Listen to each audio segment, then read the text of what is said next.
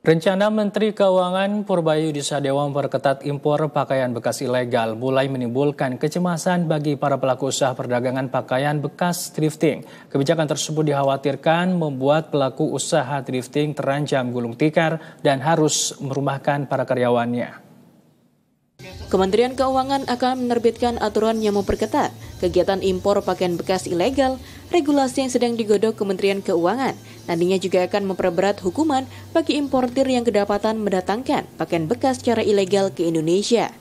Rencana ini memunculkan kekhawatiran di kalangan pelaku bisnis perdagangan pakaian bekas atau thrifting. Mereka menilai peraturan tersebut nantinya akan berdampak pada pasokan pakaian untuk usaha thrifting. Kurangnya pasokan pakaian bekas impor nantinya akan membuat usaha thrifting gulung tikar. Para karyawan dan pelaku usaha berharap pemerintah mengkaji ulang wacana tersebut dan menerbitkan aturan yang tidak mengancam kelangsungan para pelaku usaha thrifting. Sangat berdampak sih Bang. Mungkin saya sebagai karyawan pengen buat thrifting ya tetap ada, entah nanti regulasinya seperti apa, karena thrifting juga kalau diambil dari sisi positifnya kita mengurangi pengangguran juga, mengurangi limbah juga. Terus kita barang-barangnya meski di luar terus tetap steril, kita tetap sterilkan, dan semoganya kedepannya kita bisa berdampingan dengan brand-brand lokal dengan regulasi yang jelas dari pemerintah. Bang, tapi ya, hingga saat ini Bang, ini terkait ini kan masih rencana nih Bang, ada kesulitan nggak sih Bang untuk mendapatkan barang diimpor apa gimana Bang? Ya mungkin kalau misalkan kesulitan ya pasti ada sih Bang, karena dengan adanya berita seperti ini mungkin diperketat lagi ya Bang.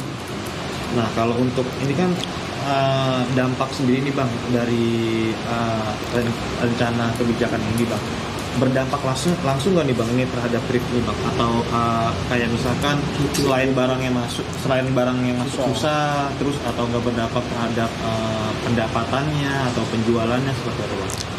Buat sekarang terasa ya, buat kayak pendapatan omset harian yang mungkin agak menurun dengan adanya berita seperti ini. Mungkin pemerintah juga lihat juga, mohon juga kebijakannya untuk pelaku UMKM seperti kami di dunia thrifting.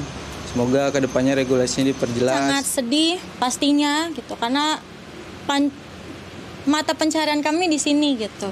Tapi ya semoga untuk kedepannya bisa untuk thrifting dan brand-brand lokal bisa seiring berjalan bersama gitu. Karena kan salah satu thrifting terutama untuk UMKM kecil seperti kita ya bisa mengurangi para pelajar yang fresh graduate terutama, dan juga mengurangi mengurangi pengangguran juga pastinya, dan untuk bisa juga mengurangi limbah-limbah yang dapat kita olah gitu.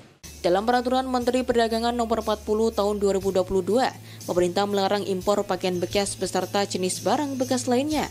Para pelanggar dapat dikenakan sanksi tertulis, pencabutan izin usaha, hingga sanksi pidana selama 5 tahun penjara dan atau denda sebesar 5 miliar rupiah.